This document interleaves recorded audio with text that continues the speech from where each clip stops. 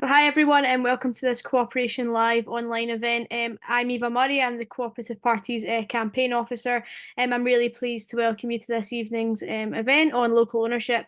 But just before I introduce the speakers, I wanted to kick off with a few tips on how we can make it interactive for everyone to take part tonight.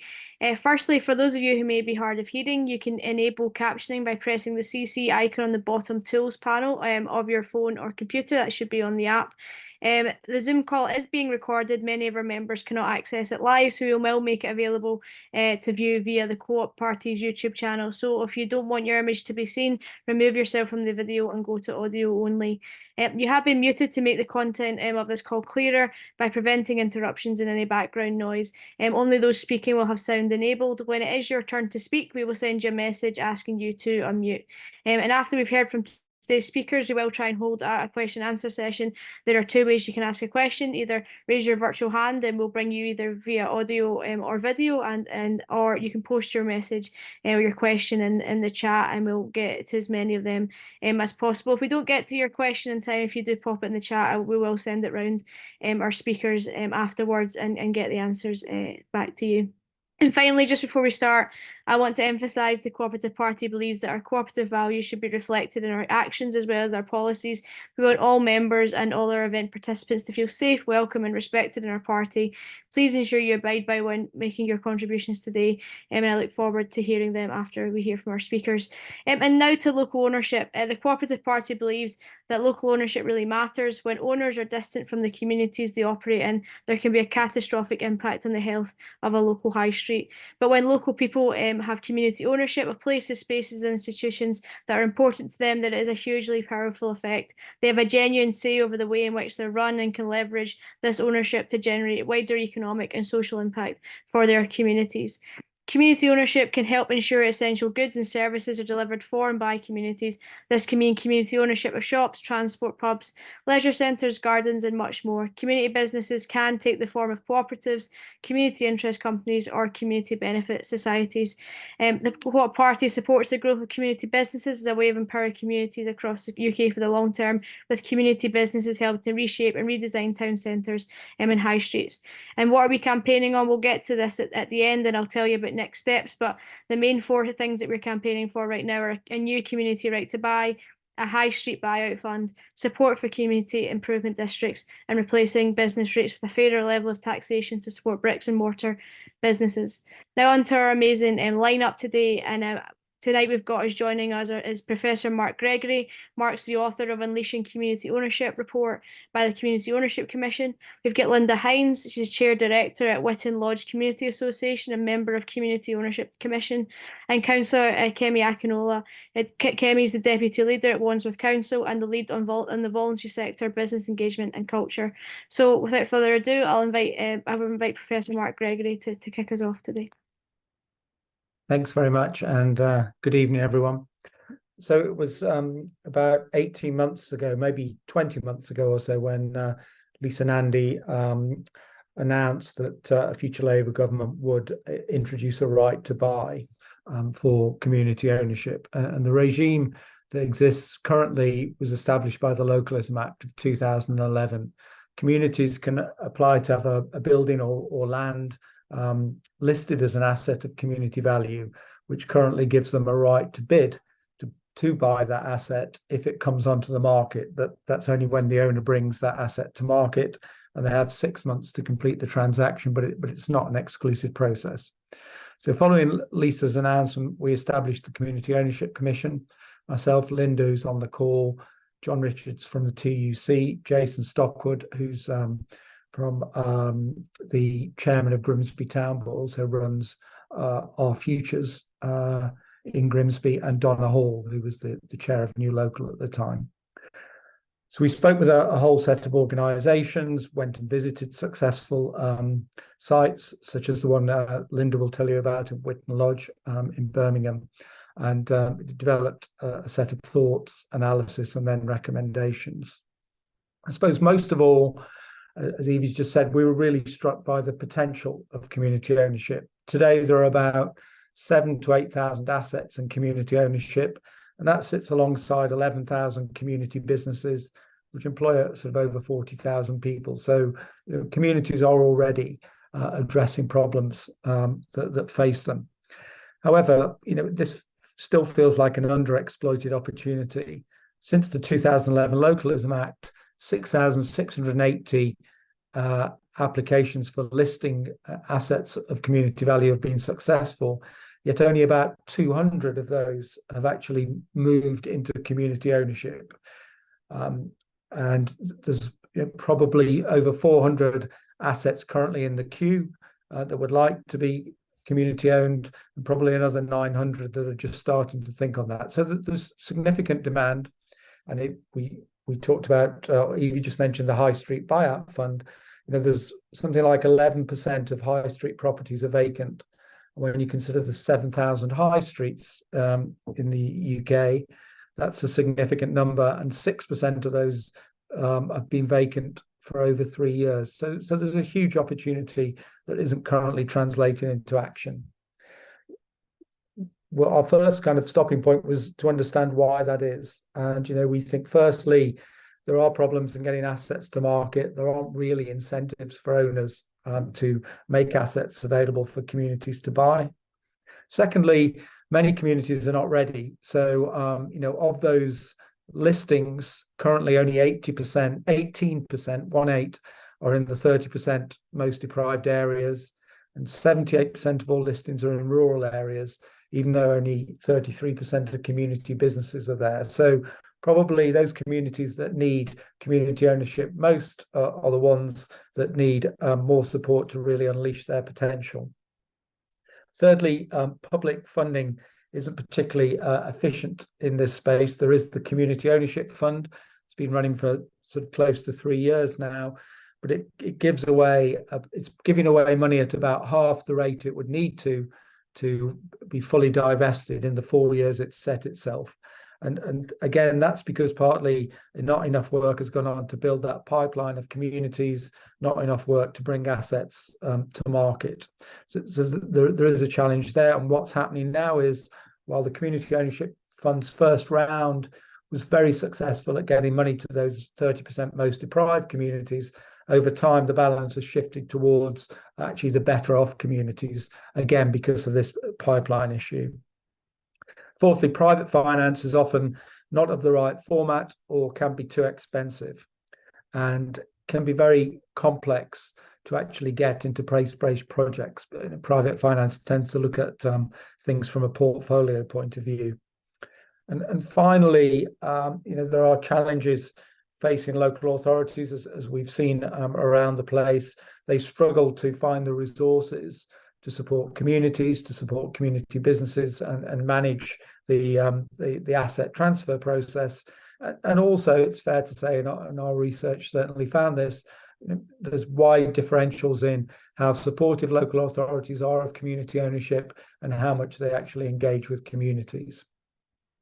So five major sort of areas that are blocking the market at the moment.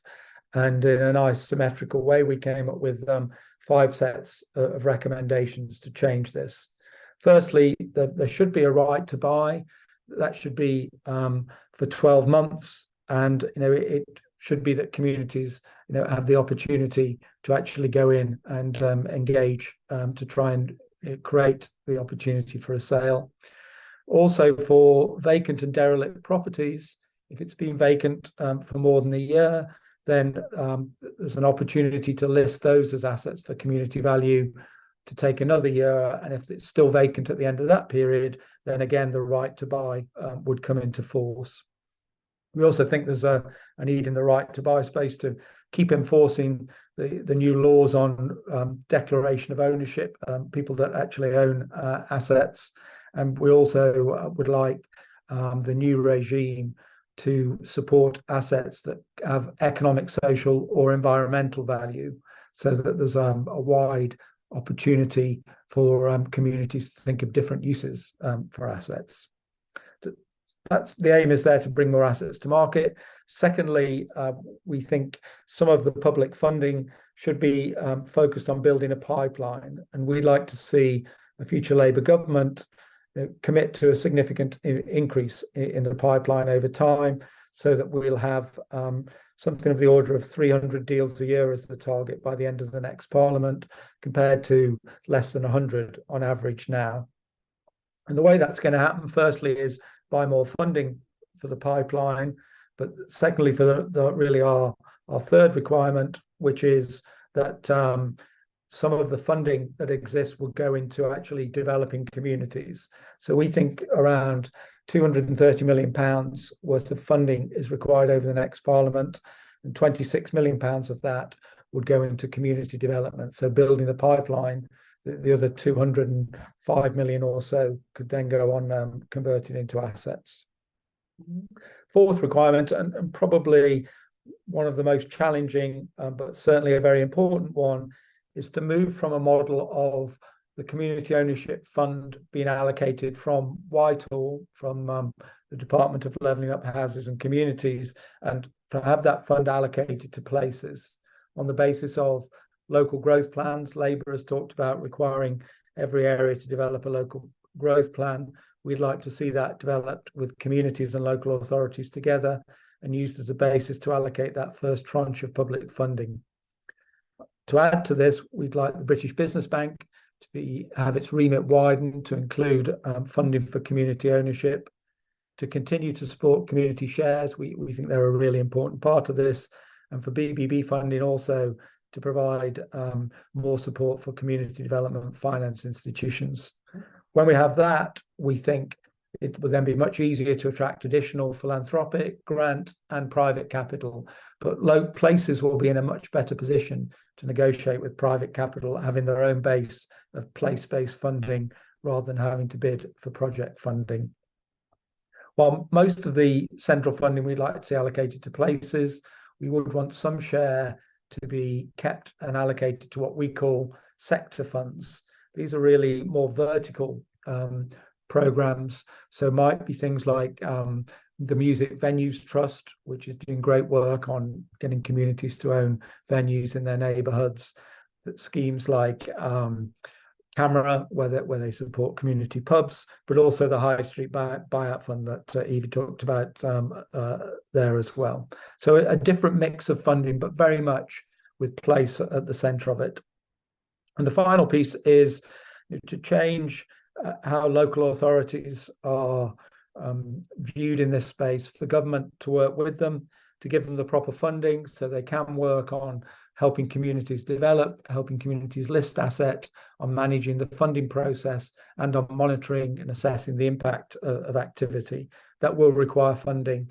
And as a return for extra funding, then there will be a requirement for local authorities to involve communities in decision making. I talked about the place-based plans, but also the allocating of funds and the ongoing monitoring and decision making to really put communities at the heart of the community ownership process. Those are our recommendations. Jim McMahon, who obviously many of you will know, the new Shadow Levelling Up Secretary, hosted the launch of our report. It was very well received. It's been well received by all the organisations in the sector, and we're hopeful that at least some of the headline recommendations will make it into the Labour Party manifesto and create the platform for a proper implementation and a real move to actually unleash community ownership, for which we do think there's a huge potential. Okay, I'll stop there.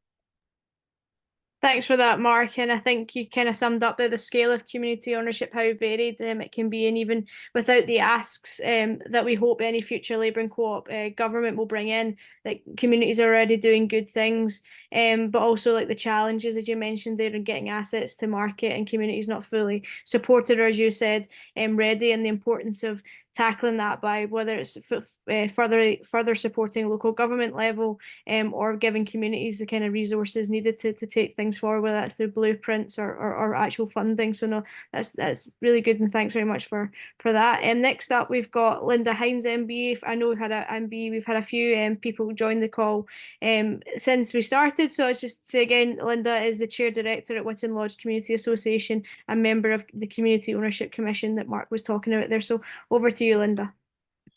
Thank you. Good evening, everybody. The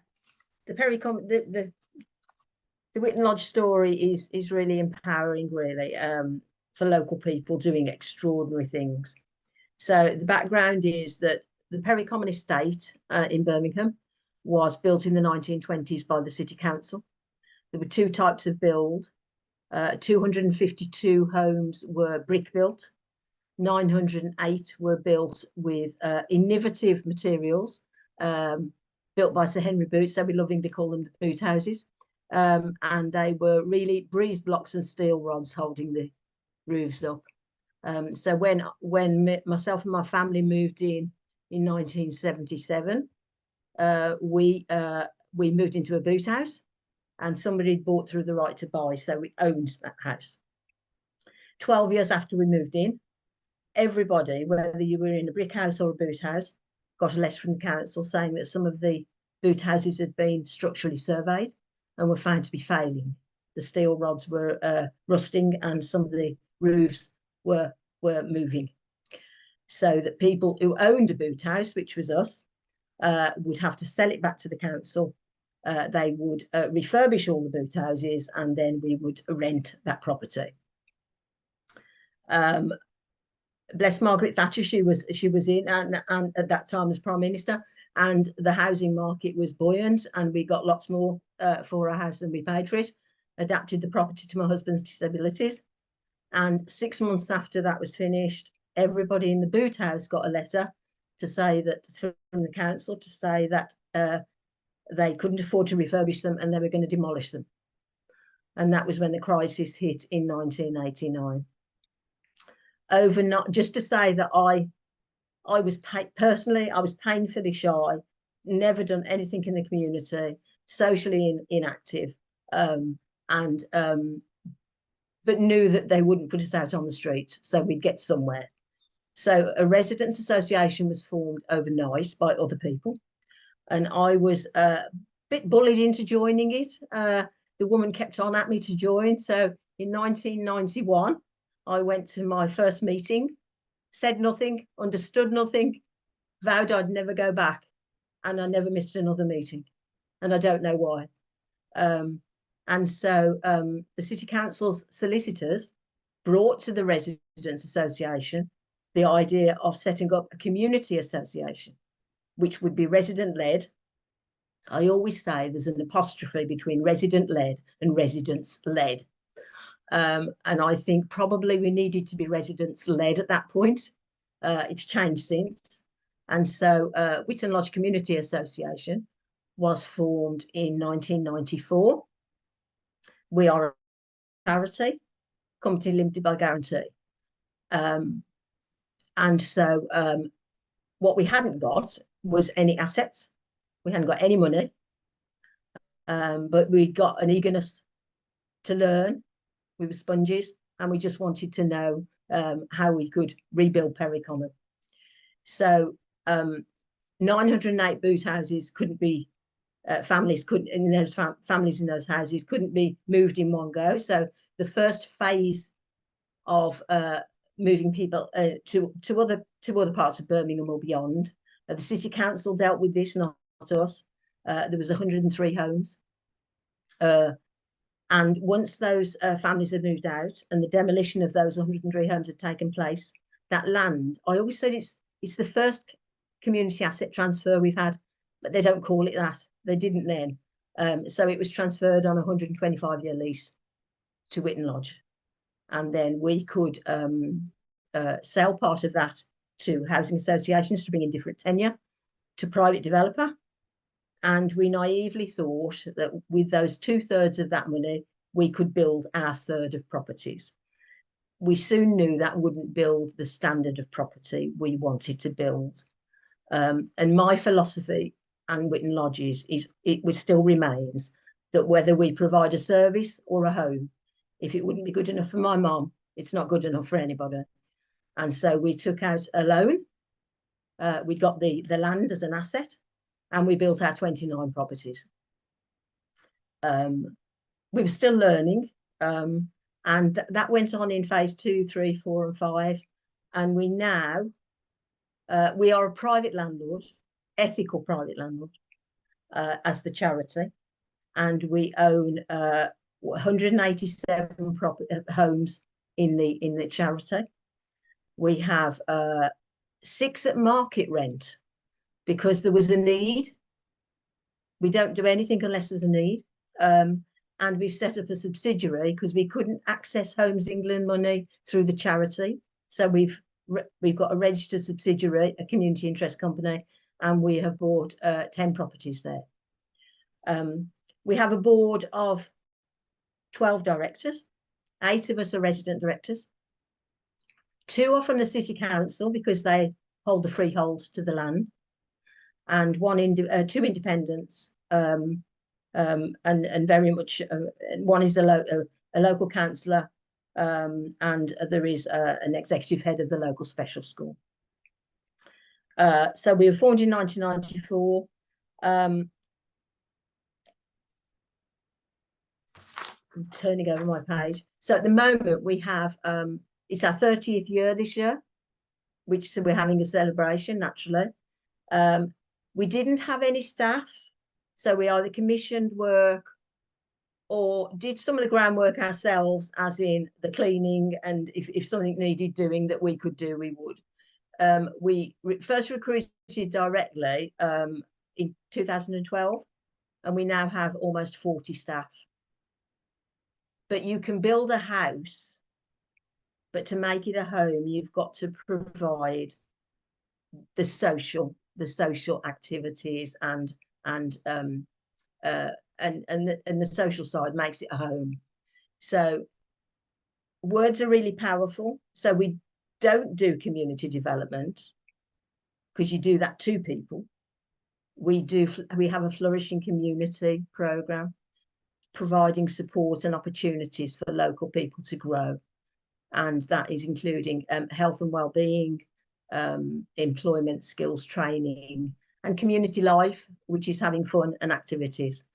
At the moment, we've got 2. If we won't count the land as a community asset transfer because that's what it wasn't designated as. We have 2 successful community asset transfers of buildings, and we have 1 pending, which is the local swimming baths that's been closed in the high street for about 10 years. And so that's and that's it right on the high street. So we're hoping, we're keeping our fingers crossed. We now have an annual turnover of circa £2 million because we are a landlord. It's our main income, and but we have fun, and so we are a Whitton Lodge family, and it just shows that ordinary people can do really extraordinary things. So that's where we are. Thanks so much for that, Linda. And again, it's a great example of what's being done right now, and in your case, what's been done for the last 30 years, and how that's scaled up as well from what it originally started as, and the power of, like you said at the end there, just the power of people, the power of residents to save, and not just to save and create access to good quality housing, but also that democratic ownership, say on how things are done, and that's obviously key to what we're trying to promote as local ownership. And you mentioned there that it was eight resident directors on the board, so you are the people knowing, the other people who live there, the area, you're knowing the needs, and you talked about the social side of it, and knowing exactly what is the needs of the community, and how to get them more involved in that side of it too. So I think it's a great example and a blueprint for anyone who's kind of thinking of that, of how it can be done successfully. So thanks for that, Linda. I'll now invite Councillor Kemi Akinola. Kemi is the Deputy Leader at Wandsworth Council and is the lead on the voluntary sector, business engagement and culture. Over to you, Kemi. Thank you so much. Really interesting hearing both of your stories and the work that you've been doing over the past few years. I really come at this from a business community owner perspective. So I've started before I was a councillor. I was actually looking for space as a community organisation to a permanent space for my community business, which was local shops, and my food charity, and I found it very, very difficult. It took about 9 years 10 years in order to get one in a different borough to the one that I work in, and only as a result of actually working in so many different meanwhile spaces over the years. So actually today I've been with 107 community groups and talking about how to support them as a voluntary sector. And in the afternoon, I was with 40 small businesses also discussing the challenges that they face caused by the cost of living. Again, they were much like myself at that point. They stated that what they really needed was their own space. And one person put their hand up and said, well, the council has lots of spaces, and we should just hand over the spaces to them because they can do so much with it. Look at what they've done in one space that they've been given in Battersea.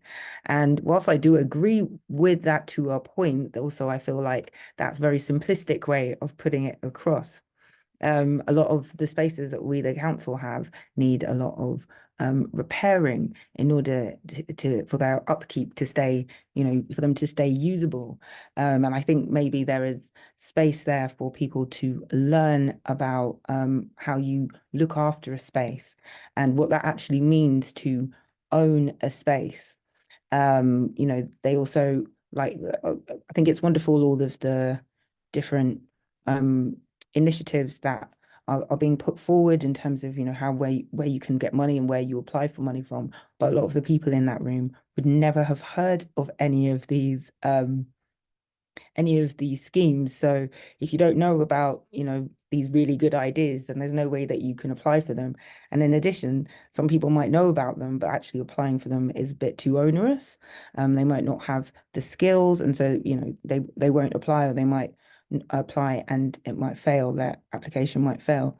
I think it's really important that decision makers, I mean, like myself, I've been through it, so I do understand, but a lot of other decision makers, they need to understand how important these spaces are for local people so that they are not sold off to overseas buyers, so they're not turned into luxury apartments. I live in London, no one can afford a normal apartment, let alone a luxury apartment. But they need to understand how important these spaces are to local people and understand how they will use it and what benefit it will bring to the local, and not just economy, but to the local community. And alongside that, they need to be able to develop the skills in order to use the spaces once they have them and maintain them, just as just been spoken about. I'm also a member of a project called Platform Places. And as a council, we've been working with Platform Places who set out to really unlock the value of the high streets and the huge amount of vacancies that we see across the country on all of our high streets and town centres. We actually spent a year as a council looking for vacant buildings suitable for the voluntary and community sector or a mission-led business. And like Mark has said, the difficulty was mainly that we haven't been able to find out who the landlords are. When we have been able to find landlords and approach them about their vastly inflated rental prices, they've refused to negotiate with us, preferring to leave buildings empty with the hope, well, in my opinion, I believe they hope that they become so run down they can knock them down and build them into luxury apartments, which again, no one can afford. Yeah, so they've not been willing to negotiate with us, reduce the prices, or even work with us to develop meanwhile spaces. The story ends happily, it's fine. But what we've been able to do is actually set up a community asset trust to manage a space that is yet to be built, with a very approachable landlord. And it's, a part of their Section 106 agreement, but they're willing to imagine what a community asset trust could bring to a space and the value it could bring to the remainder of the space over 25 years. It's a shame that it's not a space that already exists, but it is something that we can look forward to in the future. And that is one way in which we're developing community ownership in Wandsworth. Thank you. Thanks for that, Kemi. And I think you touched on it there, just the difficulties of obtaining space sometimes is the first kind of hurdle people come up against, and just having decision makers, like you say, and councillors specifically who have that experience and have seen how difficult it can be to find suitable spaces, and how it's not always how it seems on paper, and the additional challenges that come with space too. You also said about the support needed for people that, we have so many people in our communities who are maybe involved in community groups who would absolutely love to take on an asset, or save a building, or save a space, but they don't have the time to write funding applications. They might not have the skills to take that kind of leadership role in that, and they don't know who to turn to. Like you mentioned there, they don't realize that a lot of these funding sources are even available to them. And the last thing we want is community groups, taking on facilities, and then, a couple of months to a couple of years down the line, when the funding's dried up or the resources are no longer there, then that space ultimately fails, and we want them to be supported throughout, and have that. And I think that's one of obviously the huge hope for any future government, is that they take these kind of conversations on board, and they take these discussions on board and actually act on them to provide that support and challenge some of the difficulties people are facing. But we know, Kimmy, we've highlighted quite a lot of work that you've been doing before throughout the Co-op Party and the blog, and I think you're a perfect example of what can be done, and the changes that can be made, and the progressive kind of forward-looking outlook of the work you're doing at Wandsworth. So we're glad to have you here, and thanks so much for your contribution in intro. So now we're going to open it up to questions. As I said at the start, there's two ways to ask a question. You can either pop your hand up virtually, and we'll take you on audio/video. If you don't want to come on screen, or you don't want to say via audio, you can pop that your question into the chat, and we'll read that out. We do have about 25 minutes for questions, so we should be able to get through as many as we can. So yeah, I'll hand it over and give people the opportunity. If you just put your hand up or pop your question in the chat.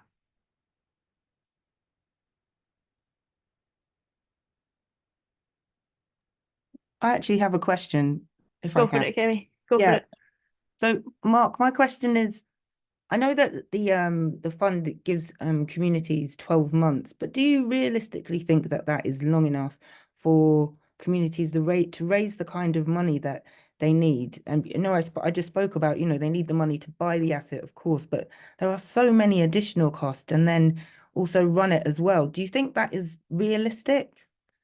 It is a good question.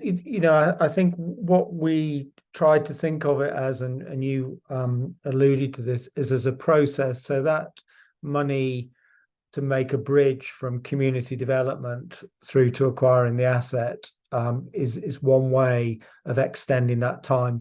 So we'd actually fund communities from further back, maybe again linking to the dormant assets funding, which is very much about community development. So we'd be looking at communities who might be able to target an asset in 2 to 3 years, say, and working with them through that period. So by the time they get to the 12 months, when they go to the owner and say, we want to buy this asset, they've actually been funded to develop, do some work, put their governance in place. So that's one way we try and help. The second bit is by moving funding to place-based funding.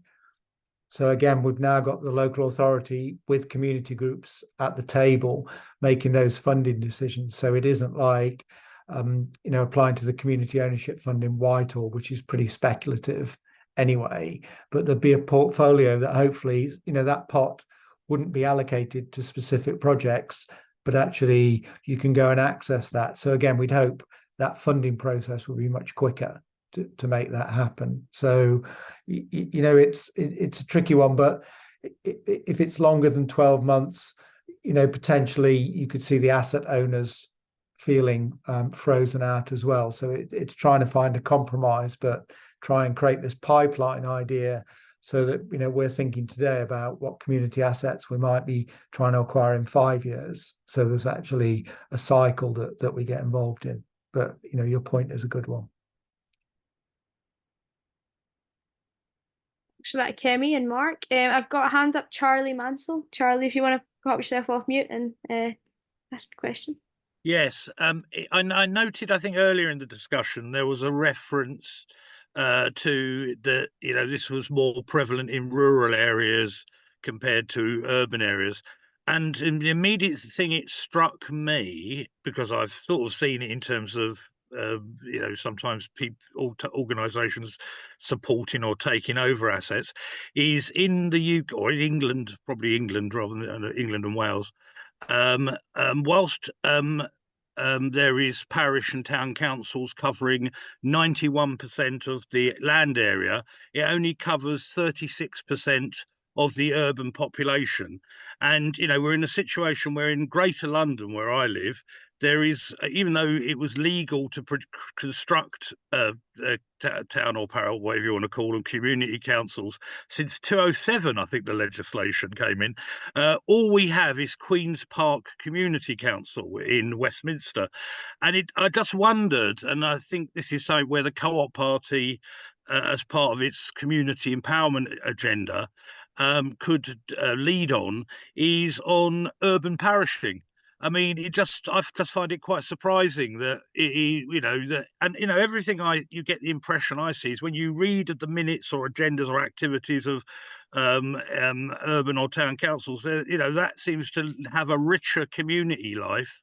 When, for example, the average ward councillor in, say, a London borough, and I was a London borough councillor for 20 years, they probably often cover a population that's larger, but they have less powers at a local level. They might have a community budget, a small community budget, but then the size of the population they're represented, an average town or parish council might have much better resources. So I flagged that up. I appreciate there's all sorts of complexities, but I wonder whether pushing for increased urban parishing would help provide that sort of what I call underlying infrastructure that would then help community groups, because obviously it needs to be community group driven, to support assets of community value or community buyout. So I just flagged that up as an issue that maybe the Co-op Party could push more on that. And Charlie, just to say, it came up in our report. I think there are other bits of the story, like often in rural communities, there's one asset that is multi-purpose. The village pub becomes the meeting place. In COVID, it became the kind of distribution centre. So there is a little bit of, it's easier sometimes to identify the key asset compared to an urban area where there might be a few sort of options or whatever. But you're absolutely right. Half of all the asset listings are made by parish and town places with parish and town councils. And actually now parish and town councils can make a listing. Previously they couldn't, but I think the legislation has been changed. So you're definitely right. There's a kind of authority or a body that has coordinating, convening powers that's the logical place to go, if you like. And that is lacking in urban areas. So, I think we talk to local trust and others.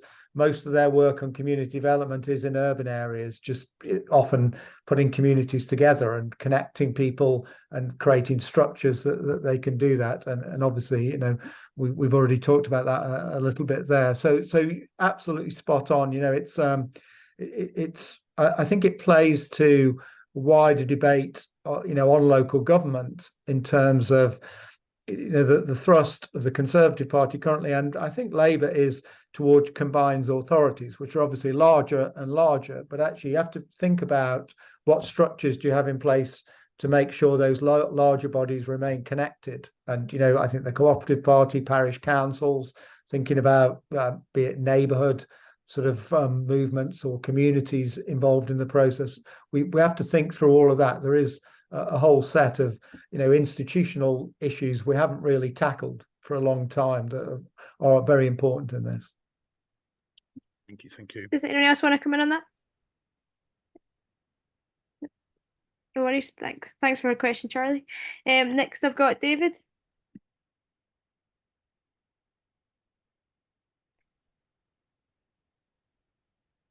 Oh. David, I think you're on mute still. Yes. Yeah, I live in Northamptonshire in a semi-rural area, and an ex-town councillor the problem we had when we identified community assets was that we just couldn't go out and raise the money to buy those assets. We had to go through the district council to get permission to even go through the process of trying to buy them. And I think that's a thing that needs looking at. Yet in West Northamptonshire, the district council there decided that they would allow town councils to buy community assets. So it's got to be a level playing field.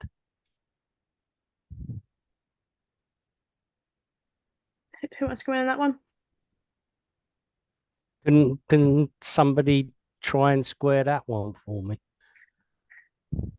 I mean, I think it links to the other point, and I agree with it. And again, in our thinking was very much, I mentioned how we talked about assets should be eligible if they had economic or social or environmental benefits, and we also talked about, and I think Labour is working on this more generally and levelling up, about a list of facilities a community could reasonably expect to have access to.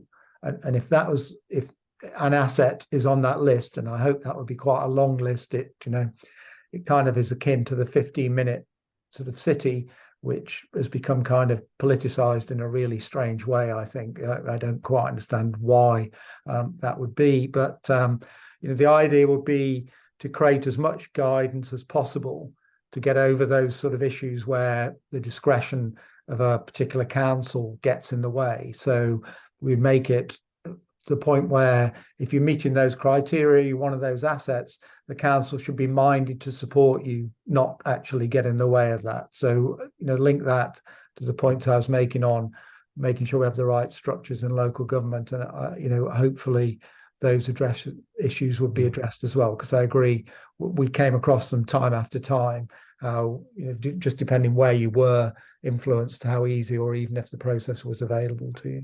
Yeah. And if I can add Can to I that, just mean, can I just say something else?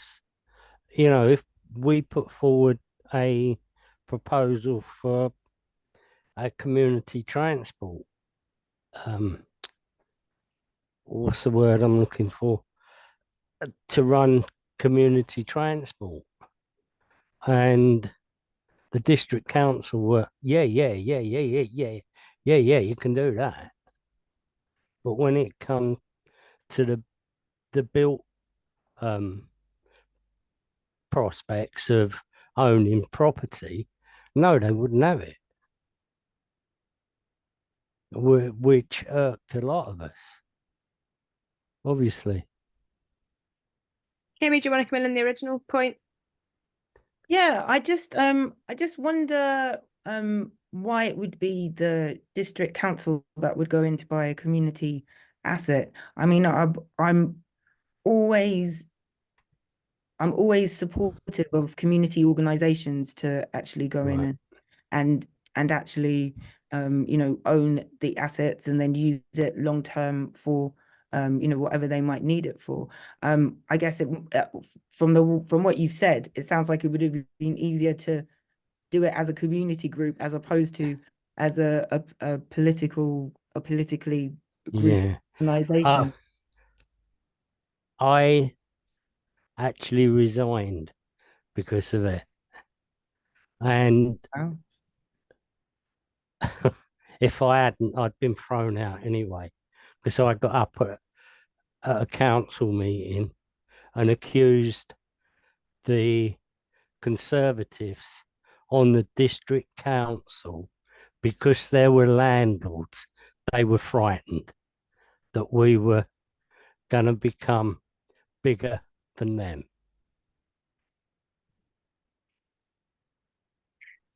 So that's where it stood. And, what do we do about it? Thanks for that, David. Hopefully you got some answers to the questions there. I've got Kindy hand up. Kindy, if you want to come in. Thank you. Well, thanks for the presentations. I really enjoyed them, and obviously I can see a lot of work that's gone into this, and so I've really appreciated it. I'm a councillor in Coventry, and I just want to raise two issues that I've had with experiences with my residents. One is that we've got a library that the council couldn't afford to continue to run, so it's run by volunteers in the community. And there was a separate annex, which I was trying to get gifted to the library so they could extend it. But you know, the financial situation we faced meant that the council want to kind of put it to market. That was one thing where kind of a question around the current financial situation of many councils that we face, and trying to meet the economic, social needs of the community. And my second question is really about the kind of readiness of the community, because what I find, especially with the library in Earlsdon, is that it's the vision and the drive of one person in particular that is not only can deliver but carries other people with them. And I've got two projects at the moment. One is like for green space, where people want to sort of, it's just off the high street, and people want to convert it to a community garden. And the second one is where we've got a bank, which was a former bank, and it's a building that's been empty now for 3 years, where one of the residents wants to try and set it up as a community kind of a banking hub.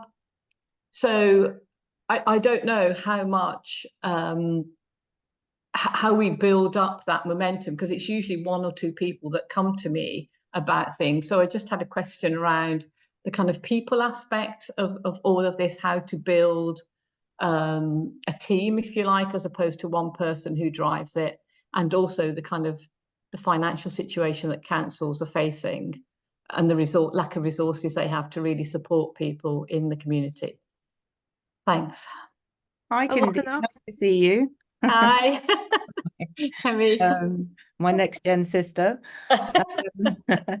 I just nice to see you. I just wanted to comment on like, you know, how short-sighted I think it is when councils do start to sell their assets, because once you sell it, it's gone. It's never coming back into community ownership. It's never coming back to the council. Sell it to you know, it's gone to a private landlord, and more often than not, they're overseas, especially something like a library, which I'm sure is really quite beautiful. So I do feel like that's really sad.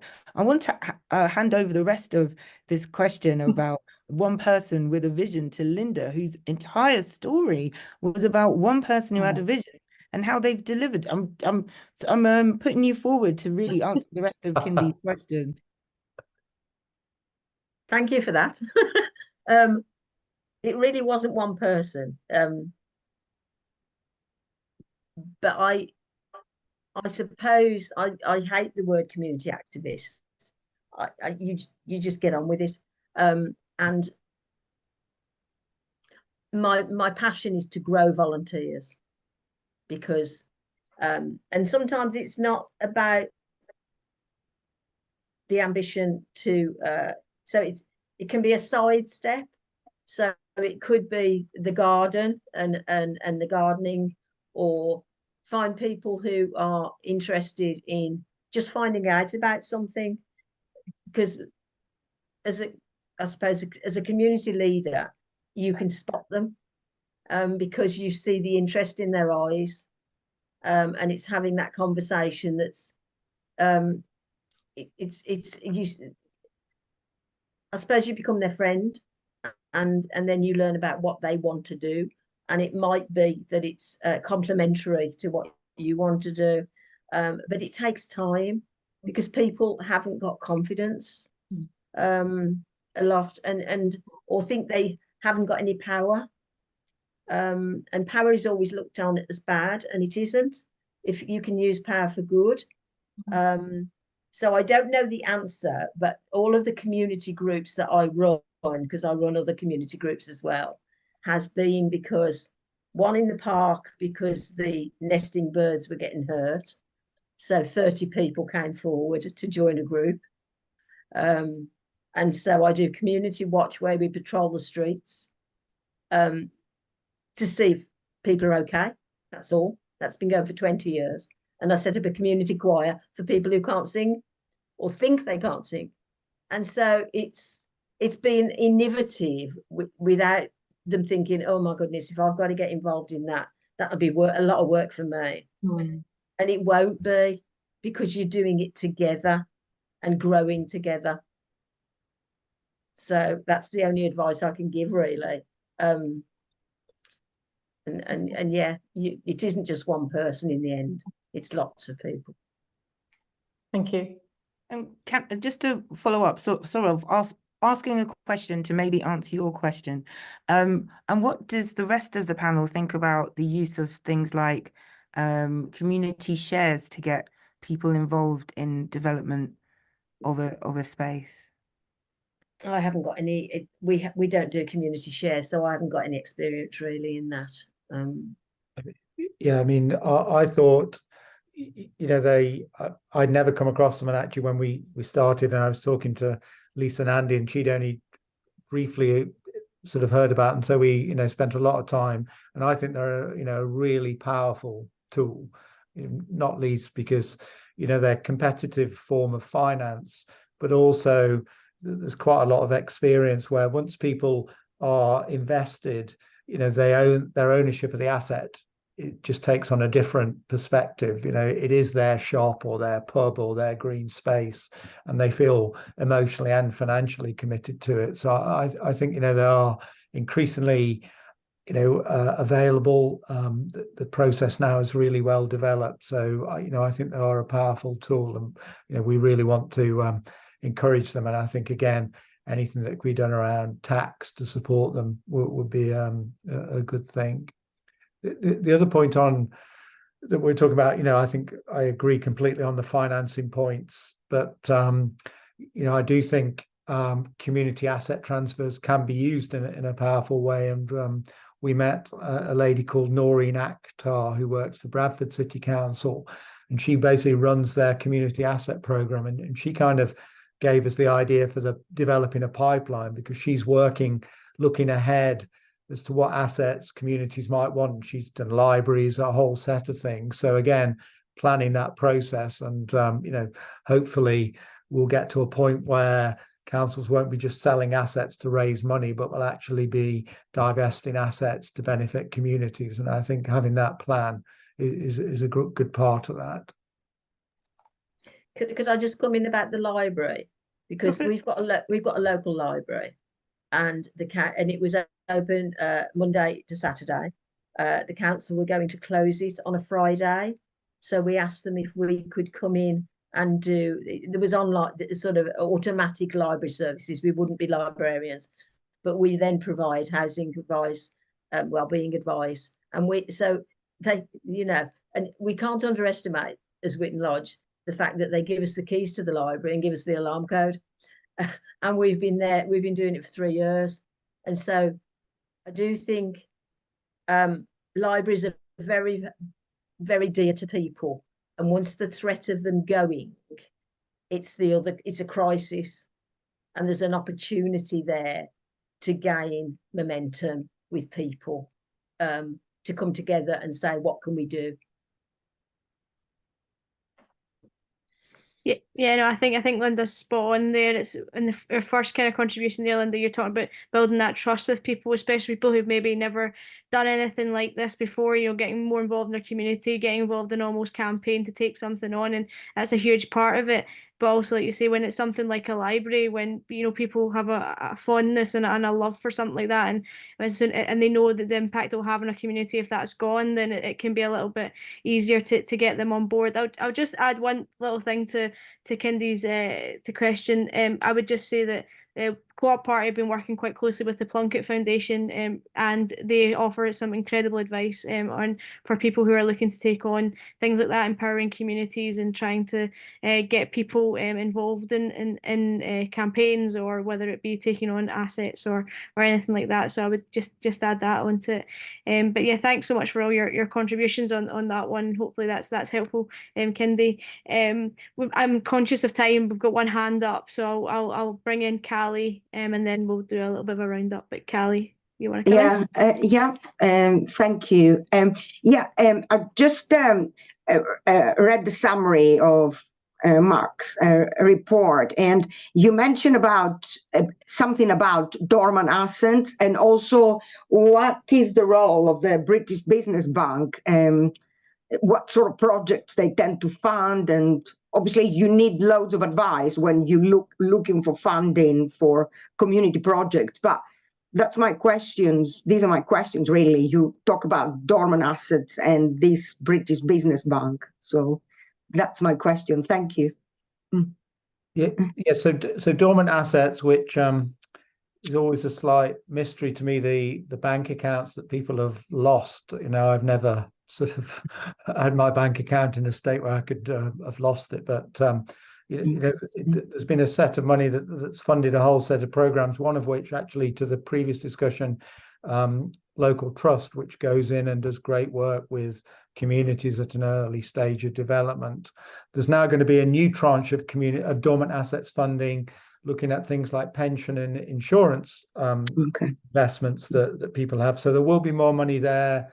And again, that money can be used on community development. So it's earlier in the process, but currently there's no attempt to link that to the community ownership fund. So we think funding and attention should be given to trying to create this more seamless process, from communities first identifying they want to work together, through to helping them get an asset, and then maybe to keep that asset.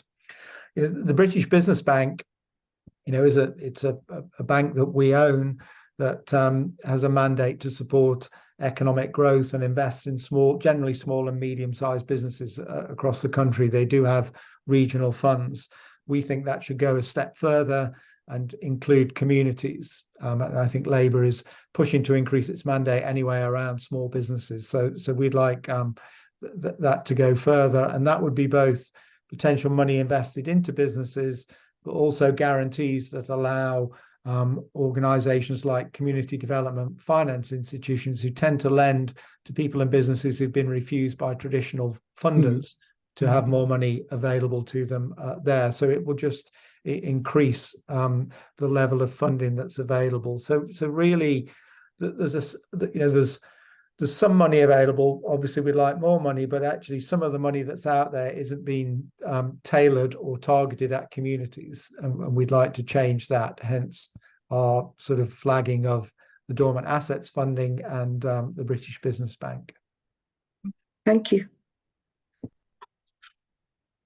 I think that's all the questions. Like I say, I was conscious of time. Just before you head off and before I do thank yous, I just wanted to say that when we've had these co-op lives in the past, we've had many people get in touch with us afterwards saying, like, what are the next steps? How can we get more involved? What are the kind of actions of the co-op party? So we've pulled together a campaign site. I'll just pop it in the chat just now, along with my contact details.